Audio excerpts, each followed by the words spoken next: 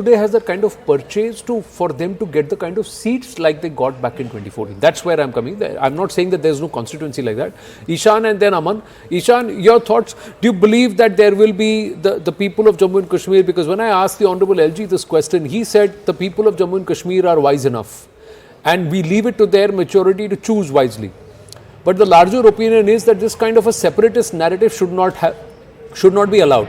With Rashid Engineer, the motto on ground was jail ka badla vote se. That's what got him purchased. Well, absolutely right. You're bang on. That's what he got votes about. They were his sons who were going to people asking them, if you vote for my father, he's going to come out of the jail. Engineer Rashid now has had a history.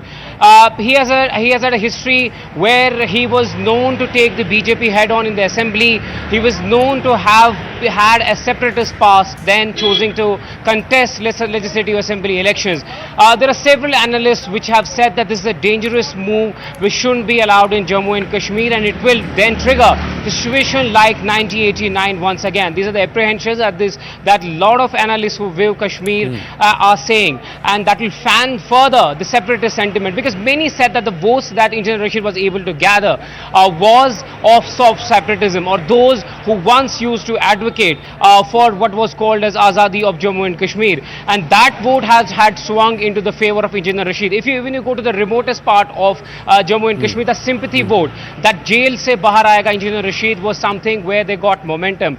But there are chances that organization which is banned right now, called the Jamaat-e-Islami, which has been blamed for backing militants and supporting them for several years, that they could choose the path of mainstream and contest these elections. Whether or not the ban is revoked, that's for the centre to decide. But they have come out at multiple occasions. Even we had conversation with them last time. Their heads have been saying that they want to participate in a democratic process, but there are several in the security agencies who are alerting the establishment not to allow such forces to contest elections. Otherwise, the situation will get worse. Right. And in 1989, what we had witnessed, it might get things like that. But yes, one has to see that if there will be new political parties, those who have had a separatist past, who have had links with militancy, who would want to become the mainstream leaders. But the question is that will the government, or can the government stop them from contesting these elections? Well, Aman, now that's another question, that Jamaat will continue to stay banned, but if they want to participate under the tricolour and if they have leaders, let them participate, let them go ahead and fight. But the organisation continues to remain banned. Can that situation happen?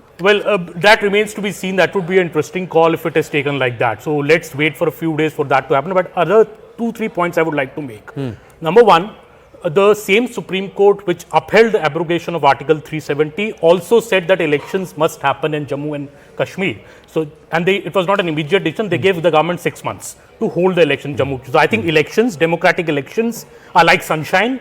Let it be bright and let it shine on the state, and we'll know the real situation once the elections are given. Second, this is not going to be the first time we've had elections. We've had elections several times in Jammu and Kashmir. The sun has remained elusive. At least the sunshine has remained elusive. So I think the second point which is being made a lot of, the terror situation, that the terror situation in Jammu. Look, the government had all the opportunity to go to the Supreme Court and say these elections, the situation is not good. The government has not done that. When the Election Commission of India team met the Home Secretary a few days back, I am told what the Home Secretary said, that no challenge is unsurmountable.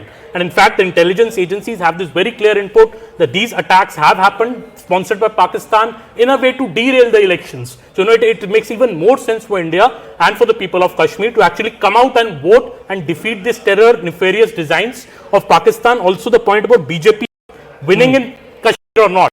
Well, if they win or that's the democratic will of the people, BJP first needs to fight in Kashmir. That's what BJP has not fought in Kashmir. Why does the BJP will fight whenever BJP could not fight in Tamil Nadu all this while? So, but does that mean there's a conscious decision? No. Sorry, they did. Why? Because they didn't want to make it a referendum. Let's not do it. Let the local people fight against the local politics. You have staked your entire politics for the last 5 years saying that we have brought normalcy to Jammu and Kashmir. Now let's but that was centrally, that's the centre's point. I'm just saying, let local people fight the local netas. The BJP was nowhere in Odisha all this while. They got in when the time was right. It was between Navin Babu and Congress. They were contesting in Andhra Pradesh, they tried to contest. Right now, they may contest or not contest. Whichever seats they decide to, some places they may go ahead and contest in certain regions, some regions they may not. But largely, can people overall reject this entire separatist narrative and come to a position where they'll say, we will back candidates who are talking Vikas, development, taking the story forward, and who've got a story for Jammu and Kashmir beyond this politics. That's what we'll have to wait and watch. We're going to take a short break. We're counting down just about half an hour to go before the EC briefing gets underway. Let's hope they're watching, because we are counting down to that, ladies and gentlemen. Legislative assemblies. So perhaps not just J and K. Stay with us.